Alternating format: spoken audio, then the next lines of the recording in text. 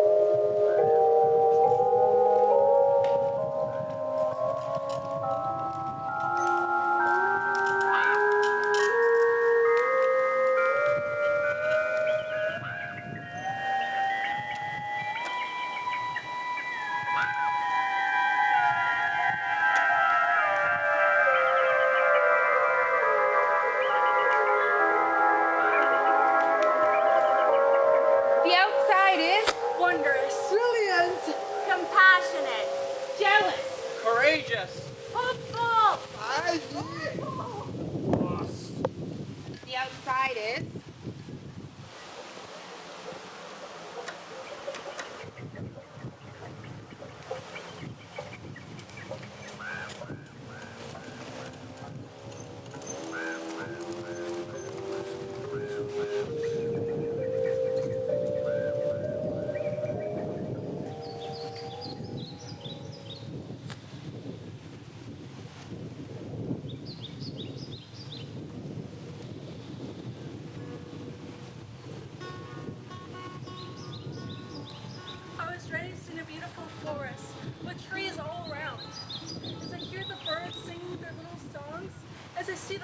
dancing as they fall. Makes me want to dance.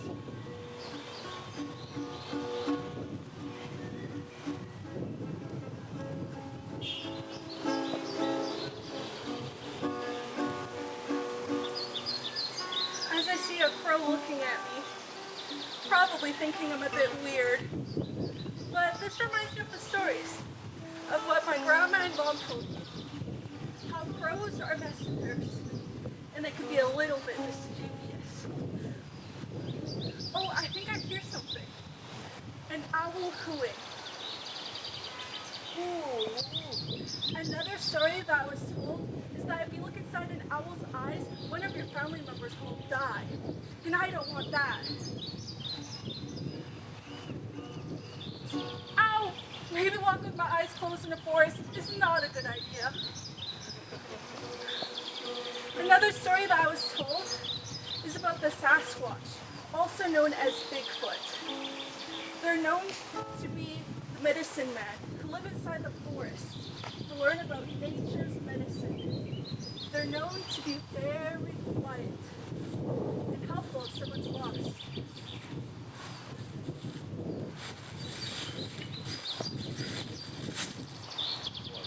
It's starting to get dark and cold. I should have headed home sooner, because what if a bear eats me? What if coyotes attack me?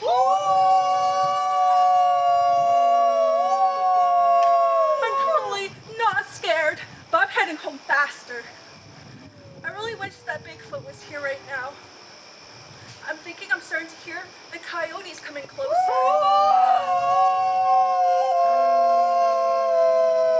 Now that I'm home, fear washes away from me.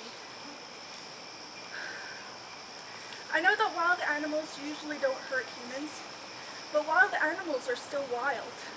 It's best to be prepared with something, maybe like a whistle, because walking out in the forest alone can be dangerous. The sun! So fiercely bright and blinding. A hidden sight that is harmful at the same time. Once you get near the sun, it blinds you. But you have the fierce determination to throw a javelin farther than you've ever imagined.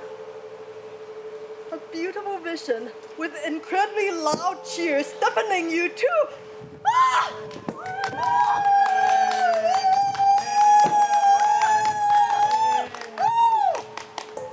So even when the sun has harmed you, you still bow down out of immense awe and gratitude to it. It is ironic that you still admire the sun, even when it's maimed you. The sun is truly powerful. The sun is like a lion, so majestic, but you cannot get near it. Only in darkness can you get near the sun. It is when the sun fades that you can admire its beauty, and that is the glorious sunset.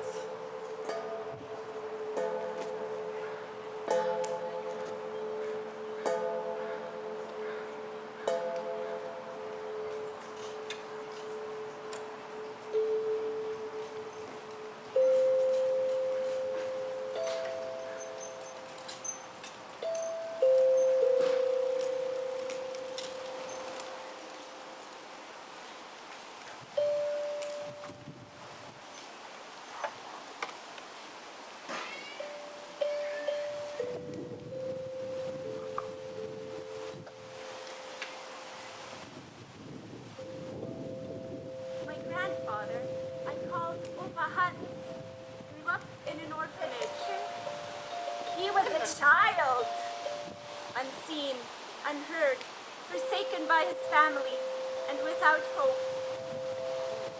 I admire my grandfather because he was the first person who could see me with compassion in a time when I was 5 years old and I was unseen, unheard, forsaken, and without hope. I was actually living with my family, but we had left our home. We moved from Canada to Germany. At the new house, staying with relatives, the sun never shone. Not outside and not inside.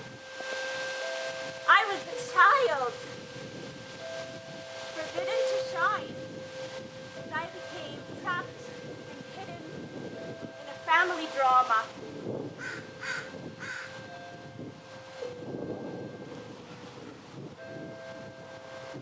Then one day, on the first sunny day in spring, my grandfather came.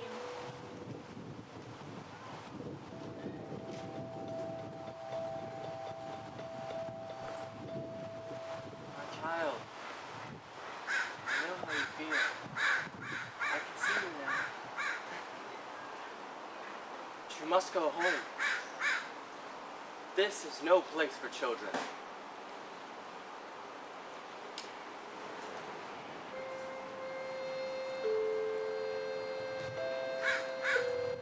I grew up to be like my grandfather. Then one day, I learned to see my very own brother. He had been trapped and hidden in a drama for a long time. Back when my brother Cody was being born, the way out for him had been blocked by his mother's placenta, and no one got him out for a long time.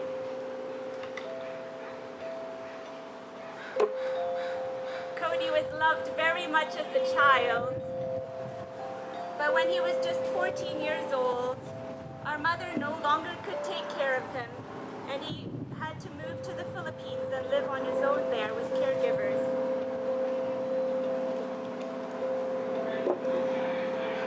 I tried to get my brother out of the Philippines, but he absolutely refused to listen to me about anything. He'd run around not wearing any clothes. There was one time we were stuck in Manila traffic jam, and Cody walked out of the taxi not wearing any clothes, and I had to run after him with his caregiver Jonathan and wrap a bed sheet around him and transfer to another taxi. So then after 18 years, I came and I saw my brother, and I got him out. My brother, I can see you now. I'm going to get my brother out of here.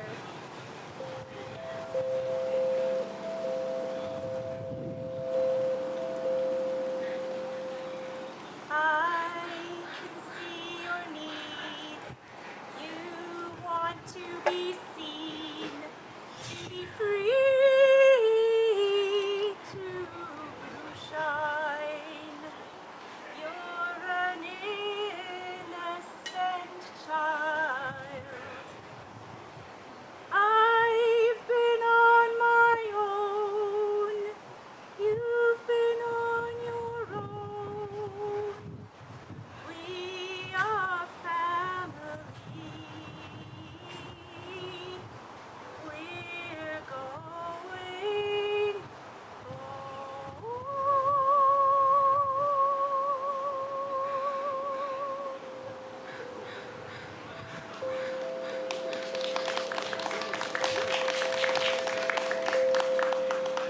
That was beautiful. Thank you so much. We're going to move on to the next scene.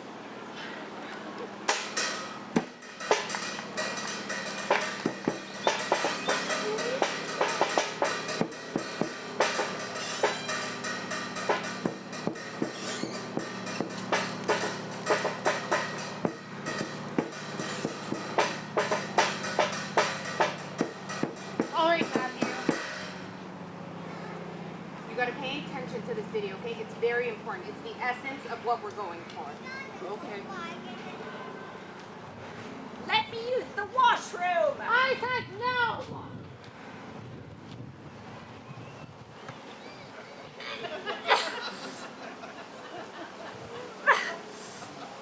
Take this.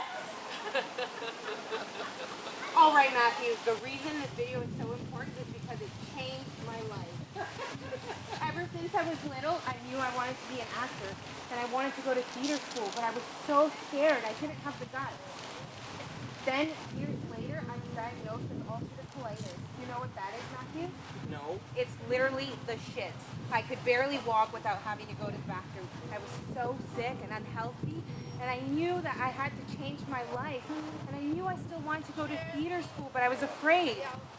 Then one day at work, we were watching this video of a woman who came into Tim Hortons asking to use the washroom, and they said no. So she pulled down her pants, pooped in her hand, and threw it at the cashier. Everyone at work was so disgusted. And you know what I was, Matthew? I was jealous. I was jealous of this woman for having such a solid poop that she could throw it at someone. And I thought, dear Lord, I need to change my life. I'm jealous of a woman for being able to fling poop. And that's when I decided I needed to apply to theater school.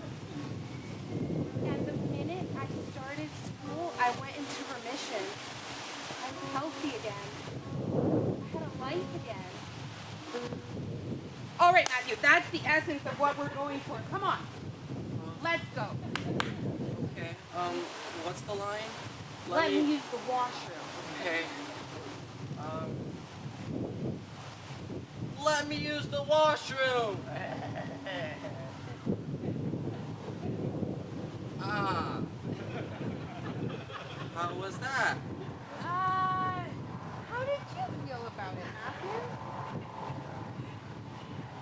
Well, you know, it actually reminded me of why I started acting. Would you mind if I told you my story? Oh, Okay, well, it all began as a child. I was shy. Really, really shy. I didn't know how to talk to people, and I just assumed that other people didn't want to talk to me. I remember always feeling alone, insecure, but above all, outside of everyone else. And these feelings only got worse as I got older. Like I remember in high school, I had so much social anxiety that it actually became hard to go outside. And so I didn't. For a whole year, I locked myself in my room. And I didn't do much the whole time. I just thought. I thought a lot. But I reached such a low point that by the end of that year, I was really motivated to reinvent myself, you know? To give the world something. I didn't really have anything to lose, and my mother, she told me that I should try something new. So then I thought, what was the scariest thing that I could possibly do? And then I thought of this. Theater. I mean, imagine. I was just in my room. I didn't talk to anyone. And to be able to be on a stage and talk to a bunch of strangers, imagine how scary that would be. Well, the answer is very, very scary. I remember my first acting class, I didn't think I could get through it, but I somehow did. And, you know, the weird thing is that, as scary as it was, every time I did go to an acting class, I felt better, even if it was just a little bit. So in a way, you could say that theater was like my medicine. Kind of like you with your poops. Well, anyways, fast forward a little bit, and I got into my first show. It was the opening night, my first ever opening night, and I remember climbing up those stairs to the stage. My heart was beating faster than ever. I had more anxiety than I ever experienced before. I felt like I wanted to throw up, and I don't know if I could do it. But you know, the moment that I went on stage, I felt the heat of those lights hit my cheeks. I opened my eyes, and I saw a big crowd, just like this.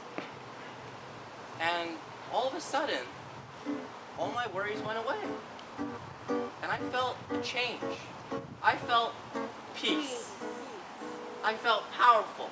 I felt confident. I felt like all the things that I knew that I wasn't, but I wanted to be. And so I guess that's why I'm telling you all this.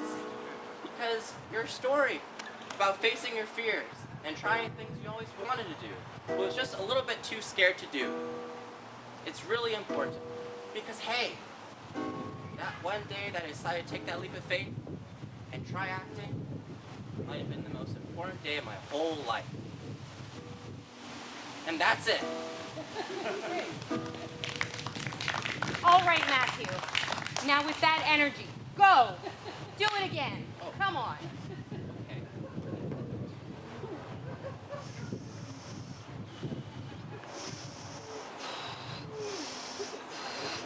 Let me use the washroom!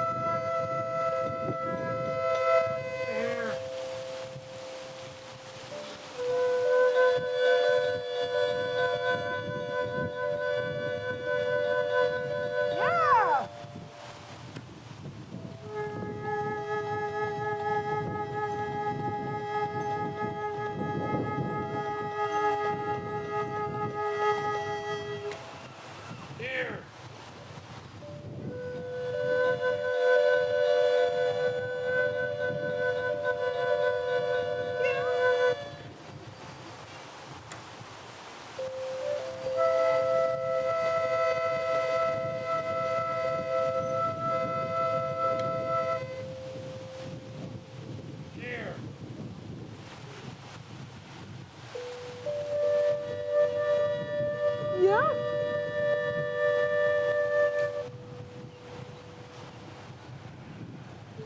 Yeah.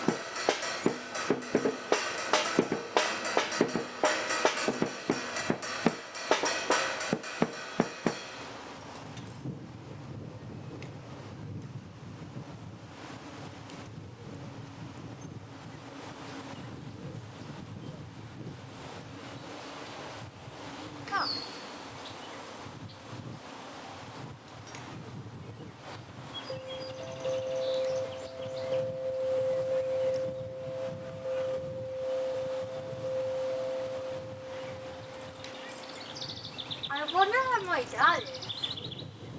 I miss my dad.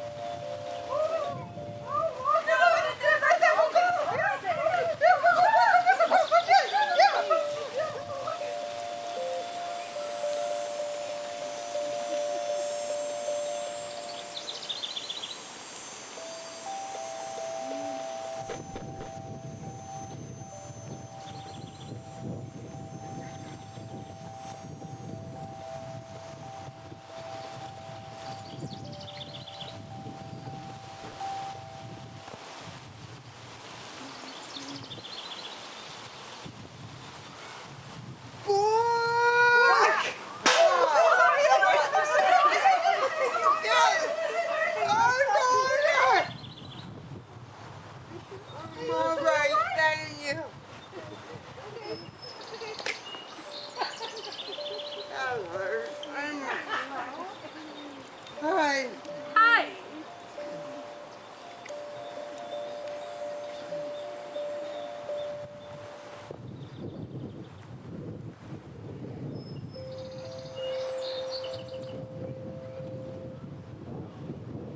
That looks like that hurts. Jesus.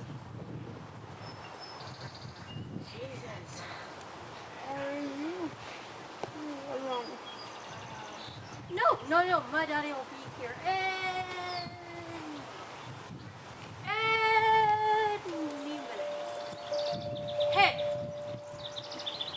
haven't you seen Les Mis? What? Les Mis, the musical. Oh, they murdered. Yes. I love that music. It's such a good musical. Yes, it is. I really connected with the father. I really connected with the father and how the father was trying to take care of his daughter by stealing a piece of bread. He went all of it to steal a piece of bread. I think about it because it's, well, my dad doesn't know, but I'm pretty sure that's what he does.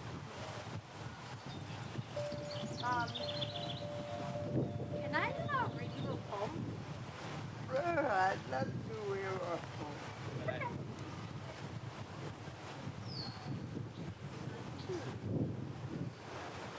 Water goes in, and it goes out, and it goes in, and it goes.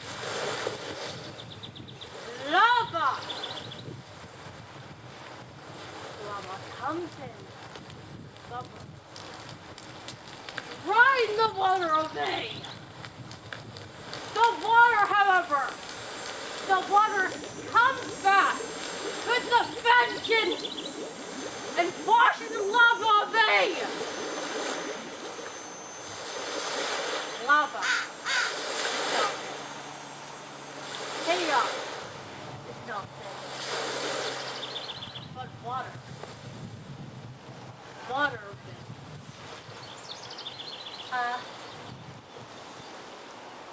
That's my phone. So, do you think the water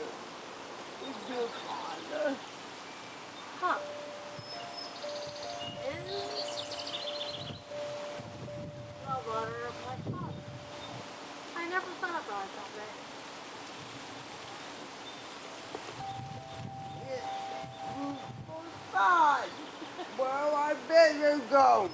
Okay. It was nice meeting you. It was nice meeting you too.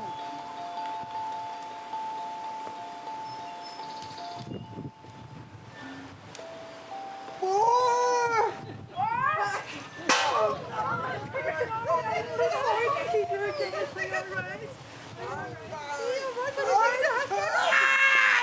I got to go to the hospital. Goes night out at the hospital. I really hate golf.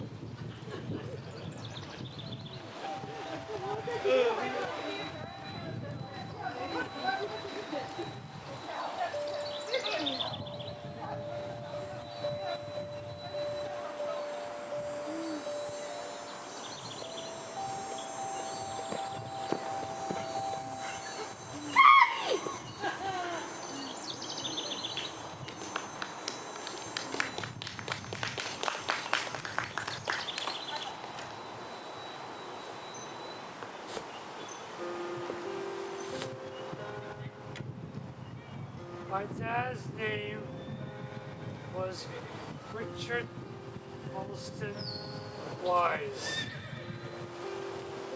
Mom's name was Catherine Alma Saunders until she got married. The best time to spend as a family was Christmas. My mom and dad make cookies. We would all decorate them together.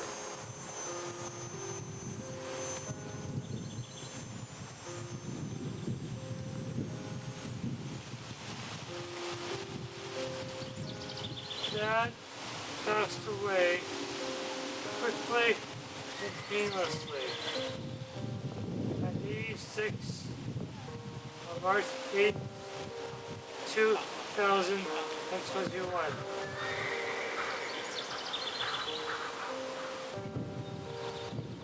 Mom was a widow for 8 months, 18 days until she passed at 71.